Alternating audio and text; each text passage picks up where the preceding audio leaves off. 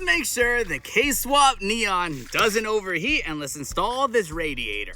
As you can see, the K-Series engine is now fully mounted into my Neon SRT4, and today we're gonna fix one of the biggest problems with this build. And that's the simple fact that this thing has no cooling system. As far as the cooling system, I'm going to be running a stock style radiator, as well as aftermarket brackets and bushing. So now, let's throw it together. If you take a close look on the SRT4, this vehicle actually did not come with any bushings or mounts or any sort of cushioning for the radiator, so I went along and I bought a pair.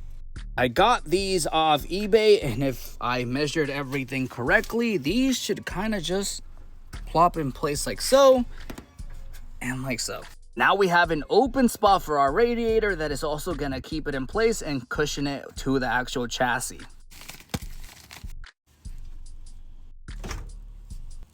Now to hold this in place, we actually need to run an aftermarket bracket.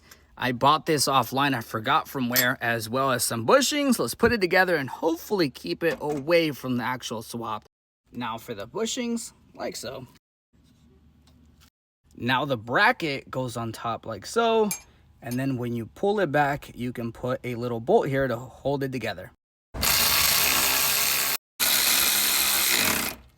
Now you're probably wondering, did I get a custom hose made for this setup? The answer is no, but if you look over there, I'm a freaking hoarder and I have hoses for practically any setup, so we're gonna see if we can make one of these kind of work with this. Luckily, I found this one from my Silverado, and I think it's just about the right size to kind of fit, so we're gonna cut it a little bit and see if we can make a Silverado hose work on this setup.